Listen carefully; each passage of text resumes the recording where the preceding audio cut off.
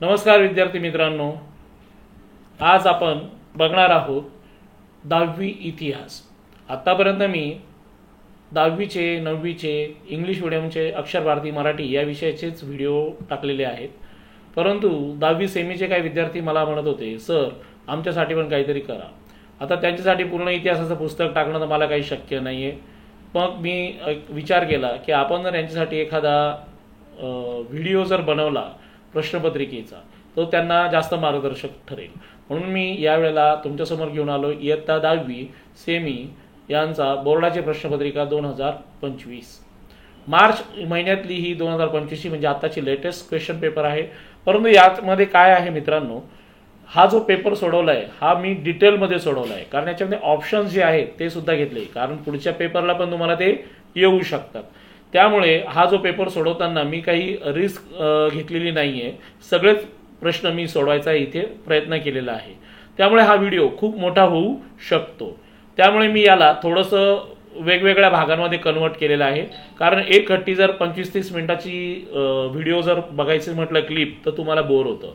त्यामुळे मी 10-10 मिनिटाचे 11-11 मिनिटाचे असे भाग बनवले आहेत। मे बी इथे 2 भागात पण संपू शकतं किंवा 3 भागात पण संपू शकतं, हे तुमच्यावरच एकंदर अवलंबून आहे। आता बघूया, आपण सुरुवात करणार आहोत भाग 1 ला। ठीक आहे मित्रांनो, बोर्डाची प्रश्नपत्रिका ही अशी असते। या बोर्डाच्या प्रश्नपत्रिकेमध्ये हा पहिलाच पेज आहे। तुम्हाला हवं असेल तर तुम्ही तुमच्या बोटाने असं झूम करून त्यातले काही वाचू शकता, नाही वाचले तरी काही एवढा फरक पडत नाही, कारण मी तुम्हाला एक्सप्लेन करणारच आहोत। सगळे प्रश्नांची उत्तरं क्रमवार लिहिणं आवश्यक आहे। क्रमवार लिहिलं तर तपासणाऱ्याला सोपं जातं।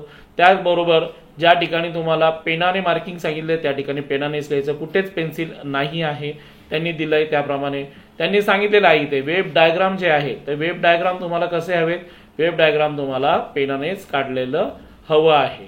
त्यामुळे पाहिजे तर अगोदर पेन्सिलमध्ये वेब डायग्रामचं उत्तर लिहा आणि त्याला नंतर पाहिजे तर पेनाने फुल करा। ओके ठीक आहे, आपण बघणार आहोत। हा पहिला प्रश्न आहे। पहिला प्रश्न जो आहे त्यामध्ये रिकाम्या जागा भरा असा दिलेला आहे आणि यामध्ये तुम्हाला 4 पर्याय दिले आहेत। तर जगातील सर्वात प्राचीन संग्रहालय टिंबटिंब या शहराचे उत्खनन करताना सापडले असं इथे यांनी सांगितलेलं आहे। तर याला पर्याय दिले आहेत, याचं उत्तर आहे ऊर। तर हे बघणारच आहोत आपण कसं काय आहे। तर हे एकूण तुम्हाला इथे जे गुण दिले आहेत त्याप्रमाणे तुम्हाला 3 प्रश्न हे सोडवायचे आहेत।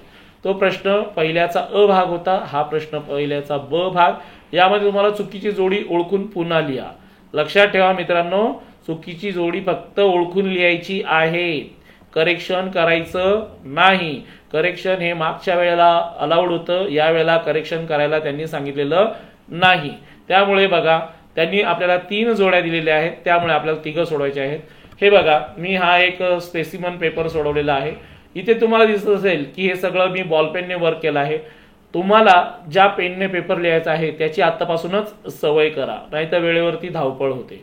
फुल मोठी एक पट्टी असते, ती फुल पट्टी वापरलेली आहे। कंपॉस बॉक्समधली छोटी पट्टी जर घेतली तर तुमचा रेषा मारण्यामध्ये वेळ जाईल, त्यामुळे एक मोठी पट्टी वापरा आणि त्याने सर्व लाईन्स करा। आणि हो, बोर्डाचा पेपर आहे, मित्राची पट्टी घेऊन मित्राच्या पट्टीवर काम होऊन जाईल, हे धंदे सोडा, हे धंदे नाही पाहिजे। ओके, शाळेमध्ये करतात तुम्ही, क्लासमध्ये पण करतात, हे रिकामे उद्योग करायचे नाही। ओके, आपली स्वतःची पट्टी स्वतःजवळ हवं, स्वतःचं पेन हवं, सगळं स्वतःचं। लढायला जायचं तर ढाल तलवार आपली पाहिजे। ओके, इतिहास आहे, तर त्यामुळे ह्या गोष्टी लक्षात ठेवा। आता लिहिताना आपण सुरुवात केली आहे। तुम्ही म्हणाल सर एवढे मार्जिन इकडे असे का बरं दिले, तिकडे तिकडे। मित्रांनो, तुम्हाला शाळेत सगळेजण सांगतात की मार्जिन असं असायला हवं, तसं असायला हवं, पण बाबांनो हे जे मार्जिन आहे याच्या बाबतीत तुम्हाला एक काळजी घ्यावी लागेल। हे मार्जिन मी हे केलेलं आहे, हे असंच का केलेलं आहे, याचं कारण आहे या मार्जिनचं।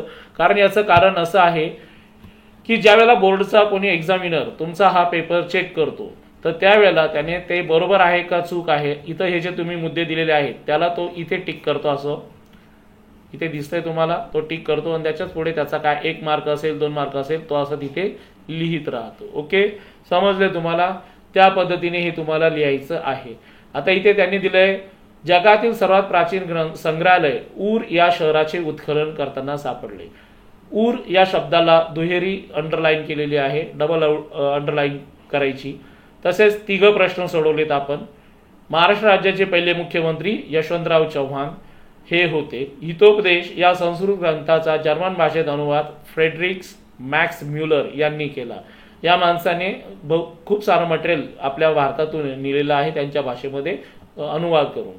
पुढे त्यांनी चुकीची जोडी.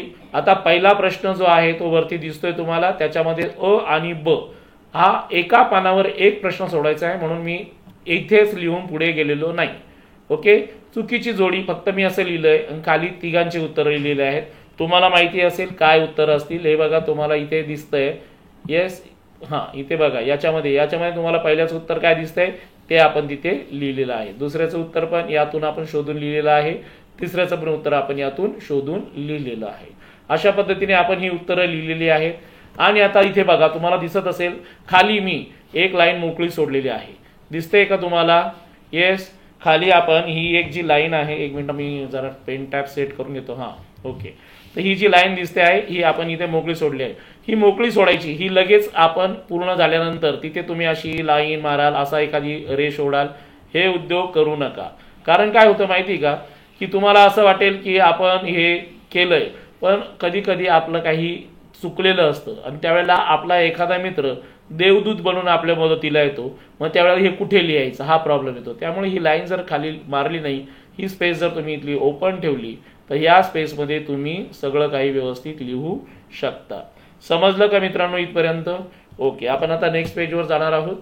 पुढचा प्रश्न आहे, त्यांनी वेब डायग्राम जो दिला आहे, वेब डायग्राम प्रमाणे आपल्याला त्या सगळ्या पूर्ण करायच्या आहेत. वेब डायग्राम त्यांनी परीक्षेत सांगितलं आहे की आकृत्या जशा दिल्या आहेत तसंच लिहिणं आवश्यक आहे. पण तुम्हाला जर नाही जमलं त्याचा क्रम नका चुकवू, पण तसंच लिहा. क्रम म्हणजे कसं तुम्हाला सांगतो. आता इथे पहिले तुम्हाला चौकोन दिसतोय, दुसऱ्याच्यात बघा तुम्हाला इथं गोल गोल दिसत आहेत. आता हे गोल गोल काढणं आपल्याला शक्य नाहीये, तर ते तुम्ही चौकोनात लिहिलं तरी चालेल, फक्त व्यवस्थित लिहा. काही जण पार त्याला कुठे नेऊन ठेवतात, एक हिमालयात नेऊन ठेवतो, एक कन्याकुमारीला नेऊन ठेवतो, एक आसाममध्ये नेऊन ठेवतो, एक मुंबईत नेऊन ठेवतो. असं व्हायला नको, व्यवस्थित लिहा. आता याचं उत्तर बघा तुम्हाला मी इथे दिलेलं आहे, भारतातील ग्रंथालय आणि शहरे. आता इकडे शहरे दिली आहेत, कोलकाता, दिल्ली, हैदराबाद, मुंबई. या शहरामधले जे ग्रंथालय आहेत त्यांची मी नावं दिली आहेत आणि त्याला अंडरलाईन केलेलं आहे. कलकत्त्यामध्ये नॅशनल लायब्ररी आहे, दिल्लीमध्ये Nehru memorial museum and library आहे, हैदराबादमध्ये स्टेट सेंट्रल लायब्ररी आहे आणि मुंबईमध्ये लायब्ररी ऑफ एशियाटिक सोसायटी व डेव्हिड ससून लायब्ररी अशा प्रकारच्या लायब्ररीज आहेत. दुसरा प्रश्न आहे, महाराष्ट्रातील थंड हवेची ठिकाणं जी तुम्हाला इथे बघायला मिळतात की त्यांनी चौकोनात दिलेली आहेत. मी पण इथे ती चौकोनातच लिहिलेली आहेत. महाबळेश्वर, पाचगणी, माथेरान, लोणावळा व खंडाळा आणि चिखलदरा. मित्रांनो मी इथे जास्त लिहिलेली आहेत. तुम्हाला हवं असेल तर तुम्ही असं लिहू शकतात, एका चौकोनात महाबळेश्वर, दुसऱ्या चौकोनात पाचगणी, तिसऱ्या चौकोनात लोणावळा, चौथ्या चौकोनात खंडाळा. ही तुम्ही 4 लिहिली तरी चालतील, पण मी तुम्हाला हे थोडंसं जास्तच दिलेलं आहे. कारण काय वेळेवरती काय लक्षात राहील आणि काय नाही हे आपल्याला माहिती नाही. ठीक आहे, पुढे बघा इथे तुम्हाला गंमत दिसते, कारण तुम्हाला हा प्रश्न प्रश्नपत्रिकेमध्ये गोलाच्या रूपात दाखवलेला आहे. हा बघा, हा दिसतोय भारत एक खोज मालिकेतून मांडलेल्या घटना. हा गोलमध्ये दिसतोय, परंतु मी इथे सोडवताना तो गोलमध्ये जरी सोडवलेला नाहीये, तो चौकोनात सोडवला आहे, पण तो एक योग्य प्रकारे सोडवलेला आहे. हे पण लिहिलं आहे मी आणि त्यानंतर त्याच्या खाली जागा ओपन ठेवलेली आहे. जर एखादी वेब डायग्राम चुकली तर मला तिथे ती वेळेवरती करता येईल. नाहीतर तिथे झाल्याबरोबरच लगेच काट मारून दिली आणि ती काट मारून दिल्यानंतर जर समजा ते काम जर व्यवस्थित झालं नाही तर काय करायचं मग? अशा वेळेला जर अशी काट मारली तर हा प्रॉब्लेम होईल की नाही तुम्हाला? मग यासाठी ती गोष्ट आपल्याला लक्षात ठेवणं गरजेचं आहे. मग त्यामुळे ही काट काही मारायची नाही. ठीक आहे, पुढे आपण बघणार आहोत पुढचा प्रश्न काय आहे, थोडक्यात टिपा लिहा. एक सेकंद. आता हा 6वं पेज होतं, आता हे 7वं पेज. थोडक्यात टिपा लिहा. आता याच्यामध्ये तुम्हाला 3 प्रकार दिलेले आहेत, उपयोजित इतिहास, मराठा चित्रशैली आणि स्थळकोश. या तिघांपैकी तुम्हाला कोणतेही 2 लिहायचे आहेत. बाजूला मार्क दिसत आहेत इथे. ओके, हे बघा, एक सेकंद बघूया आपण, आपला इथं पेन चालतोय का? नाही, पेन चालत नाही. ओके, बाजूलाच गेलाय. ठीक आहे, तर हा जो आहे, एक सेकंद आपण याला जरा इरेज ऑल करून घेऊया. ओके, ठीक आहे. पुन्हा आता आपण पेन ॲक्टिवेट करून घेऊ म्हणजे आपल्याला लिहायला सोपं पडेल. ठीक आहे, ओके.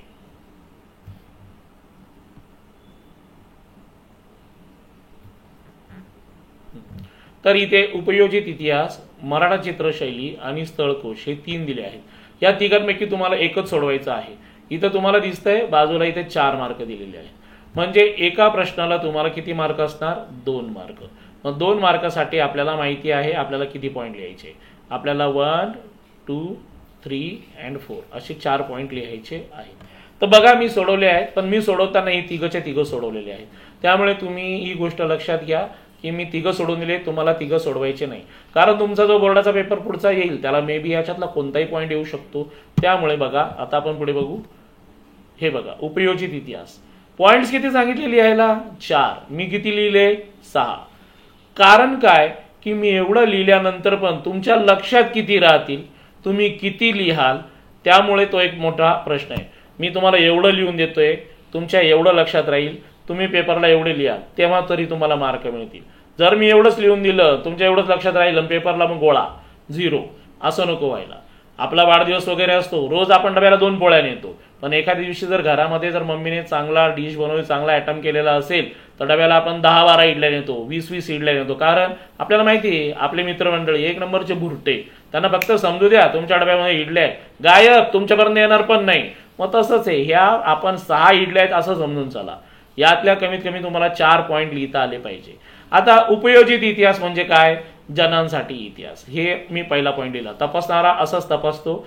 त्यानंतर भूतकाळात काही घटना होऊन गेलेल्या असतात, इतिहासातील अशा घटनांचे ज्ञान आपल्याला प्राप्त झालेले असते. या ज्ञानाचा सध्याच्या काळात आणि भविष्यात कसा उपयोग करून घेता येईल व त्याचा फायदा लोकांना कसा होईल याचा विचार उपयोजित इतिहासात केलेला असतो. म्हणजेच थोडक्यात काय असतं बाळांनो, जुन्या काळी काही घटना होऊन गेलेल्या असतात, त्याचा यूज आपल्याला कसं करता येईल. उदाहरणार्थ जर आपल्याकडे दुष्काळ पडलेला असेल तर असा दुष्काळ जुन्या काळी कधी पडला होता का? हो, शिवाजी महाराजांच्या काळात पडलेला होता. मग शिवाजी महाराजांनी काय केलं होतं? त्यावेळेला रोजगार हमी योजनेसारखी एक योजना राबवली होती. सगळ्या फॅमिलींना बोलवून त्यांना काम करायला लावलं होतं. किल्ल्यांची दुरुस्ती करून घेतली, पाणवठे बांधून घेतले, रस्ते बांधून घेतले आणि त्याच्या बदली त्यांना धान्य दिलं.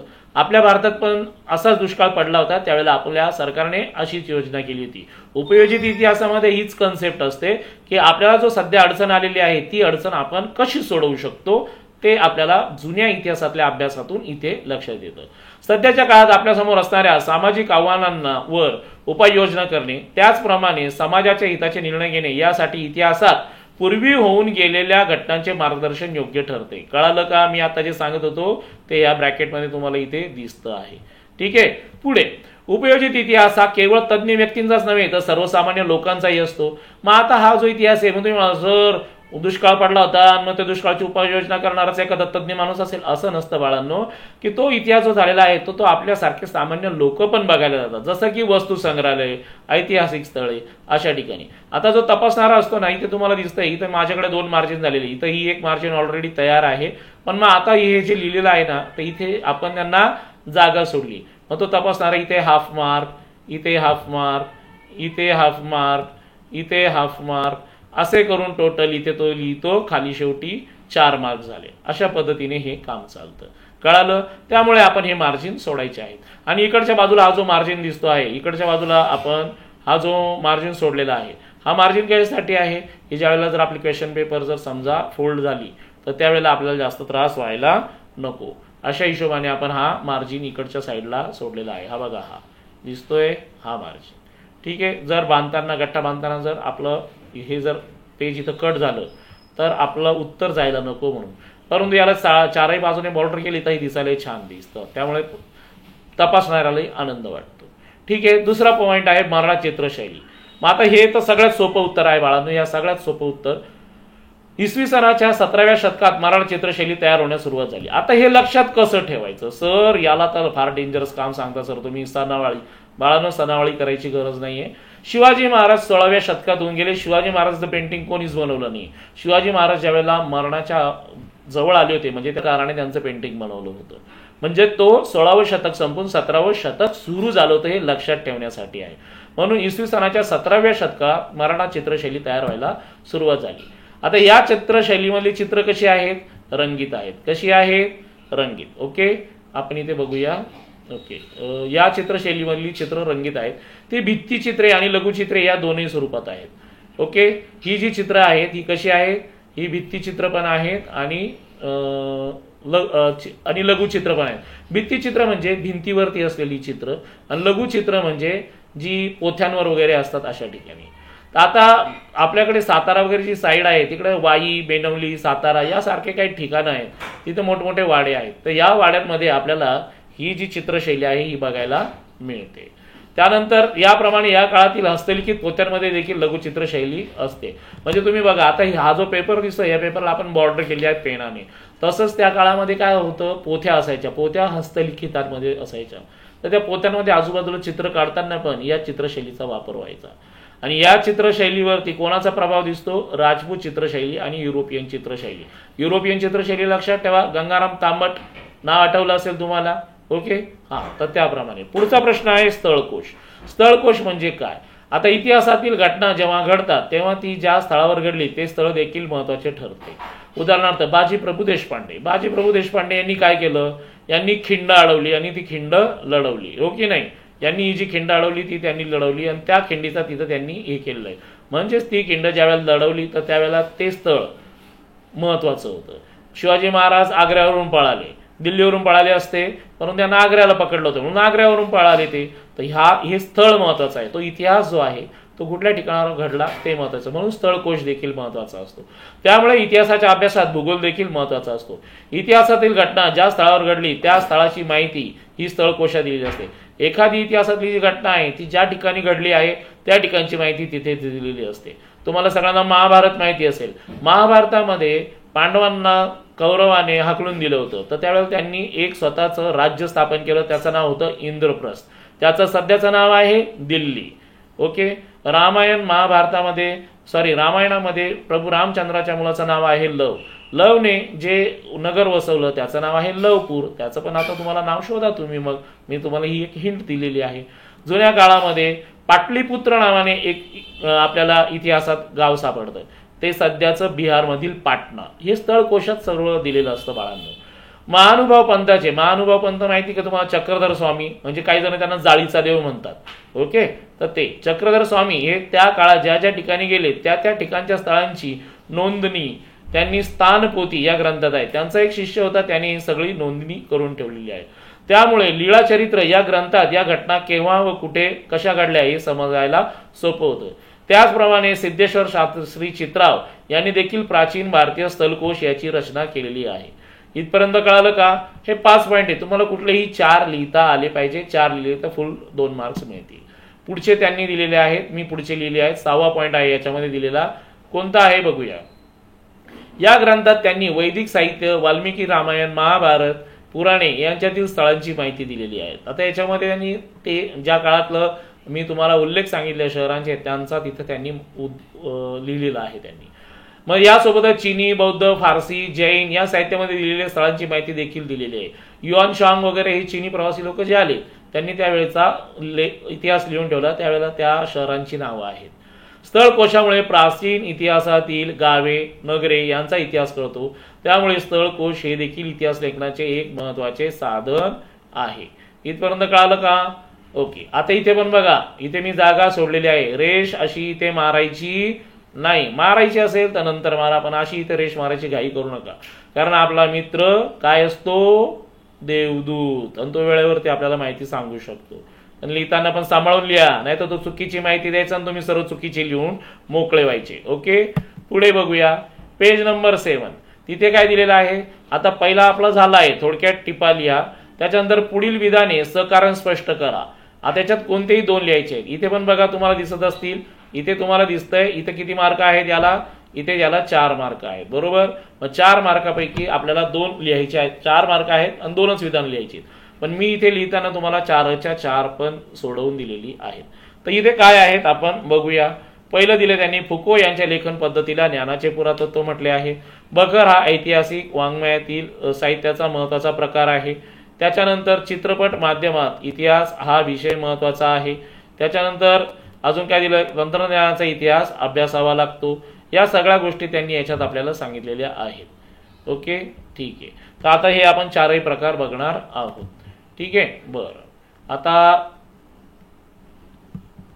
याच्यामध्ये पुढची स्लाइड बघूया आपण. विधाने कारण स्पष्ट करा. फुको यांच्या लेखन पद्धतीला. आता फुको यांच्या पद्धतीला ज्ञानाचे पुरातत्व असे म्हटलेले आहे. तर यात पहिला पॉईंट दिलाय त्यांनी, मायकेल फुको. मी लिहिला आहे हा.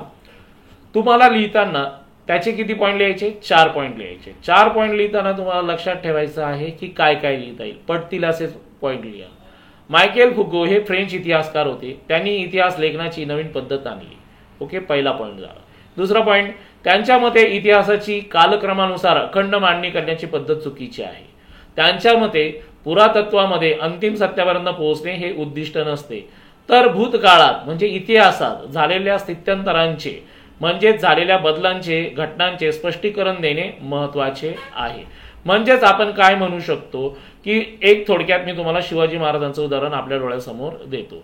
शिवाजी महाराजांनी जे उदाहरण दिलंय त्याच्यानुसार जर तुम्ही म्हटलं तर काय येईल की शिवाजी महाराज राज्य झाले हे त्यांच्या म्हणण्यानुसार, ज्ञानाचे पुरातत्व याच्यानुसार जर तुम्ही विचार केला तर शिवाजी महाराज राजे झाले हे त्यांच्या दृष्टीने महत्वाचे नाही. त्यांचं म्हणणं काय आहे, शिवाजी महाराज राजे झाले परंतु राजे होण्यासाठी त्यांना कोणकोणत्या गोष्टींचा सामना करावा लागला. तोरणा किल्ला जिंकला, त्यानंतर त्यांनी अफजल खानाचा वध केला, त्यानंतर तानाजीने सिंहगड जिंकला, बाजी प्रभू देशपांडेंनी खिंड अडवली, त्यानंतर आग्र्याला जाऊन स्वतः त्यांनी बादशाच्या तावडीतून सुटले.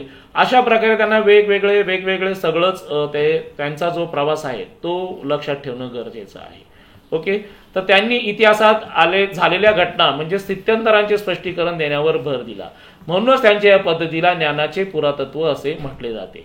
त्यांनी मांडलेली संकल्पना त्यांच्या आर्किओलॉजी ऑफ नॉलेज या ग्रंथात आहे.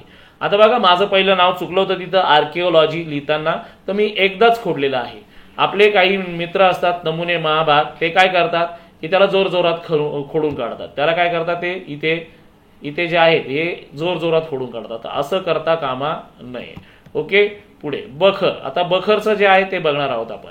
बखर हा ऐतिहासिक, मी फक्त एक सुरुवातीला शब्द लिहिला आहे आणि सुरुवात करून दिलेली आहे, मग त्याच्यानुसार आपण बघणार आहोत. बखर काय आहे?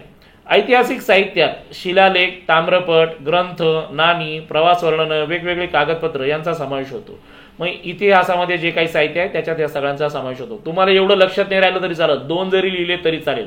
शिलालेख लिहा, ताम्रपट लिहा. शिलालेख तर लक्षात राहतं सगळ्यांना, गाणं येणे त्याच्यामुळे. ओके, प्रवास वर्णन, नाणी. मग याप्रमाणे बखर सुद्धा एक महत्वाचे ऐतिहासिक साधन आहे. तर बखरीमध्ये काय काय दिलेलं असतं ते बघा. बखरीमध्ये शूर व महान योद्धे यांच्या पराक्रमाचे वर्णन असते. त्याचबरोबर त्यांनी केलेल्या लढाया, घडामोडी यांचेही वर्णन असते. त्याचबरोबर महान वीरांची चरित्र, त्या काळातील नगर यांचे देखील वर्णन असते. बखरींचे चरित्रात्मक, वंशानुवळ, प्रसंग वर्णन, कैफियत, राजनीती यासारखे वेगवेगळे प्रकार पडतात. हे सगळे मुद्दे आले पाहिजे. 4च लिहायचे आहेत. मी 7 लिहिले. 7 पैकी कोणतेही 4 लिहा, मार्क हमखास मिळतीलच. ओके, पुढे. बखरीमुळे त्या काळातील समाज जीवन, धर्म आणि आर्थिक व्यवहार यांची माहिती मिळत असते. आता बखर लिहिणारे जे लोक आहेत त्यांनी त्या काळामधला समाज कसा होता, त्या काळातला कोणता धर्म होता, त्यांच्यामध्ये कसं आर्थिक देवाणघेवाण चालायची, जुन्या काळी फुटलेली कवडी, चांगली कवडी, त्यानंतर मग आना वगैरे वेगवेगळे त्या काळातले शिवराई वगैरे चलन होते, तर त्यांचा पण उल्लेख असतो. कधी कधी तर ते तुम्हाला माहिती असेल वस्तू विनिमय म्हणजे बार्टर सिस्टीम याप्रमाणे पण त्यांचं काम चालायचं. वस्तू द्यायची आणि त्याच्या बदली काम करून घ्यायचं.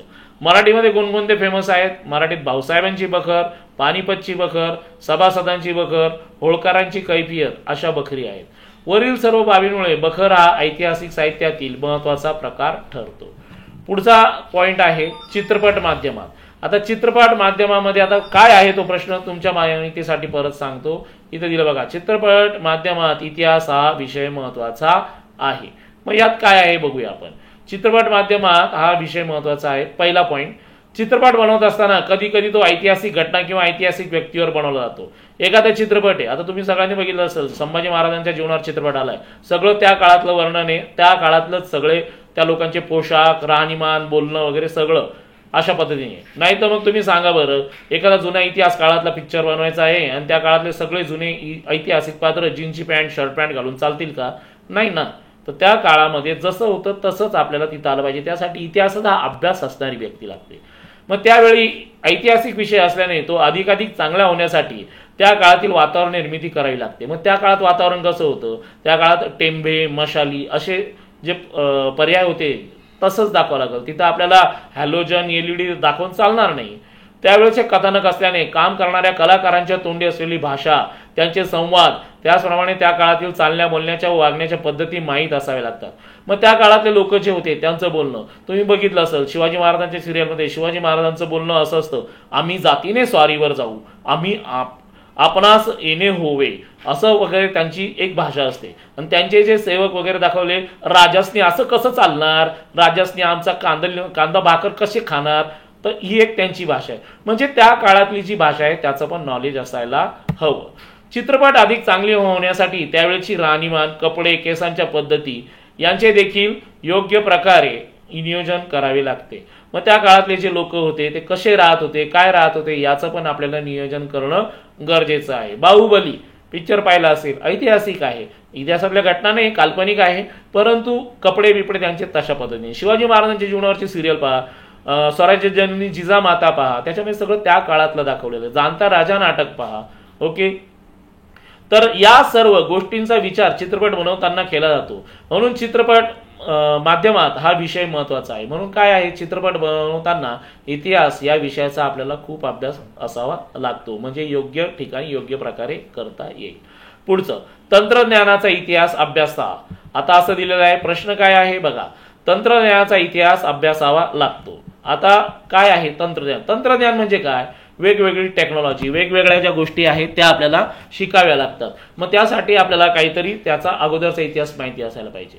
आता इथं काय दिलं बघा, मानव सुरुवातीला अश्मयुगात वावरत होता, तेथून आतापर्यंत त्याने लाखो वर्षांची वाटचाल केली आहे. या वाटचालीत त्याने आपली प्रगती करून घेतली.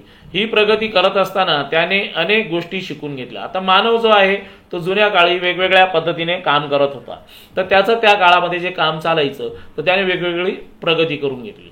मग त्यावेळेला काय काय झालं बघूया. यामध्ये सुरुवातीच्या काळातील दगडापासून हत्यारं, तर धातूंपासून वस्तू, पुढे शेतीचा शोध, त्यात प्रगती करत करत तो सध्याच्या युगात आला आहे. शेतीच्या उत्पादनात प्रगती करत असतानाच त्याने वेगवेगळ्या वस्तूंचे उत्पादन, अभियांत्रिकी यासारख्या गोष्टी आत्मसात केल्यात. या गोष्टी आत्मसात करत असताना त्यात बदल होत गेले. आता उदाहरण सांगतो तुम्हाला. उदाहरण जर म्हटलं तर थॉमस अल्वा एडिसन या माणसाने विजेच्या दिव्याचा शोध लावला. ज्या वेळेला या माणसाने विजेच्या दिव्याचा शोध लावला त्यावेळेला जवळपास त्याचे 200 वह्या भरलेल्या होत्या. का बरं? की या पद्धतीने विजेच्या दिव्याचा शोध लागू शकत नाही. तर त्याला कोणीतरी त्याच्या टीकाकाराने विचारलं होतं की एडिसन साहेब, तुमचा हा सगळा संशोधन वाया गेलं. त्यावेळेला त्यांनी सांगितलं की माझं संशोधन वाया गेलं नाही, कारण मी माझ्या आयुष्यात विजेच्या दिव्याचा शोध लावू शकेल याची गॅरंटी नाही, पण माझ्या पाठीमागून जो कोणी येणार आहे तो त्याचे कष्ट वाचले पाहिजे, त्याची वेळ वाचली पाहिजे. त्याने माझ्या वह्या जरी वाचल्या तरी त्याला समजून जाईल की या पद्धतीने दिव्याचा शोध लागू शकत नाही. हा त्याने लिहिलेला इतिहास होता, त्यामुळे पुढच्या लोकांना ते साध्य झालं असतं. त्याने जर सर्व करून ठेवलं आहे, त्याच्यावरूनच आजच्या काळातल्या LED पर्यंतचा आपला प्रवास झालाय. तुमच्या आई वडिलांना विचारून पहा, जुन्या काळात 40 वॉटचा बल्ब, 60 वॉटचा बल्ब असायचा आणि त्याच्या आतली फिलामेंट तुटली का ते सगळे म्हणायचे बल्ब उडाला, बल्ब उडाला. म्हणजे बल्बला काही पंख नव्हते फुटले उडून जायला. कळालं?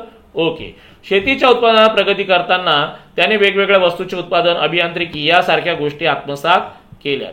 या गोष्टी आत्मसात करत असताना त्यात बदल होत गेले. मग या गोष्टी त्याने ज्या वेळेला घेतल्या त्यावेळेला त्याच्यात वेगवेगळे चेंजेस झाले. उत्पादन वाढवण्यासाठी त्याने यांत्रिकीकरण केले. यांत्रिकीकरण असताना त्याला वेगवेगळे तंत्रज्ञान वापरावे लागले. जुन्या काळी शेती झाली, शेतीचा शोध बायकांनी लावलेला आहे. त्यावेळी बायका काठी टोचून त्यात बी टाकून वरून त्याला परत कव्हर करून मग पाणी वगैरे घालून त्यातून सुरुवात करत होते. सुरुवातीला काठीच्या साह्याने एक एक बी टाकून होणारी शेती हळूहळू लाकडाच्या नांगरावर आली, तिथून मग यांत्रिक नांगर आले आणि आजकालच्या काळात फार एलिव्हेटर्स वगैरे काय आहे तुमचं ते हार्वेस्टर वगैरे तिथपर्यंत ती पोहोचली आहे. थोडक्यात तंत्रज्ञानामुळे मानवाची प्रगती होत गेली. ही प्रगती समजून घेण्यासाठी व त्याचप्रमाणे तंत्रज्ञानात नवीन नवीन शोध लागण्यासाठी आपल्याला तंत्रज्ञानाचा इतिहास अभ्यासावा लागतो. म्हणजे जर तुम्हाला एखादं नवीन टेक्नॉलॉजी शोधायची असेल तर या अगोदर त्या टेक्नॉलॉजीत काय वर्क झालेला आहे त्याचा इतिहास तुम्हाला अभ्यास करावा लागतो. म्हणून तंत्रज्ञानाचा अभ्यास करताना इतिहासाचा अभ्यास आपल्याला आवश्यक आहे. मित्रांनो, हा आपला एक माझी इथे क्वेश्चन पेपर संपली आहे. मी दुसरी क्वेश्चन पेपर परत पुढे चालू करतोय, आन्सर शीट सॉरी. ओके, पुढे बघा त्यांनी काय दिलंय, खालील उतार्याचे वाचन करून त्यावरील प्रश्नांची उत्तर लिहा. हा उतारा दिलेला आहे त्यांनी 4 मार्काला. हा उतारा छोटासाच असतो आणि त्याच्यावरून तुम्हाला उत्तर लिहायचे असतात. 1 मार्क, 1 मार्क आणि 2 मार्क असे 4 मार्क आहेत. ध्यानचंद हॉकीचा जादूगर याविषयी हा उतारा आहे. तिथे बघा प्रश्न दिलेले आहेत, एकदा वाचून घ्या तुम्ही. 1936 मध्ये भारतीय हॉकी संघाचे संघनायक कोण होते? भारतात कोणता दिवस आंतरराष्ट्रीय क्रीडा दिवस म्हणून साजरा केला जातो? हॉकी खेळाविषयी आपले मत मांडा. आता बघा, उतारा वाचन व त्यावरील मी असं लिहून दिलं, म्हणजे जो तपासणारा आहे त्याला इझी जाईल, त्याला समजेल की आपल्याला इथे काहीतरी पटकन समजतं त्यांना की इथे आपल्याला चौथ्याचं उत्तर दिलंय.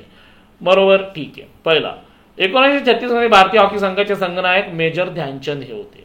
दुसरा, 29 ऑगस्ट हा दिवस मेजर ध्यानचंद यांचा जन्मदिवस म्हणून भारतात राष्ट्रीय क्रीडा दिवस म्हणून साजरा केला जातो. हॉकी हा आपल्या देशाचा राष्ट्रीय खेळ आहे. हा खेळ सुरुवातीला नैसर्गिकरित्या असलेल्या गवताच्या मैदानावर खेळला जायचा. आता हा खेळ कृत्रिम गवत म्हणजे टर्फ म्हणतात काही जण, त्या असलेल्या मैदानावर खेळला जातो. हा खेळ संघाचा असल्याने यात सांघिक भावना वाढीस लागते. या खेळासाठी चापल्य व संयम या दोन्ही गुण आवश्यक असतात. अशा प्रकारे आपण इथे हा पहिला जो आहे त्यांचा प्रश्न लिहिलेला आहे. या प्रश्नामध्ये बघा, हॉकी तिसरा प्रश्न जो आहे त्याच्यात आपण 2 पॅराग्राफ केले. का केले आहेत? कारण तो 2 मार्काचा प्रश्न आहे. 1 पॅराग्राफ 1 मार्काला, या पद्धतीने 2 पॅराग्राफ 2 मार्काला. पुढे बघूया त्यांनी आता काय दिलेलं आहे. पुढे आहे, पुढील प्रश्नांची सविस्तर उत्तरं लिहा. ठीक आहे मित्रांनो, आता ही जी सविस्तर उत्तरं आहेत इथपर्यंत आपला व्हिडिओ भरपूर झालेला आहे. आता इथून पुढचा व्हिडिओ जो बघणार आहोत आपण तो दुसऱ्या भागात बघणार आहोत. तर आता आपण इथेच थांबू आणि हा पहिला व्हिडिओ इथेच भाग जो आहे त्याचा थांबवूया. पुन्हा भेटू लवकरच पुढच्या भागामध्ये. तोपर्यंत धन्यवाद. थँक्यू.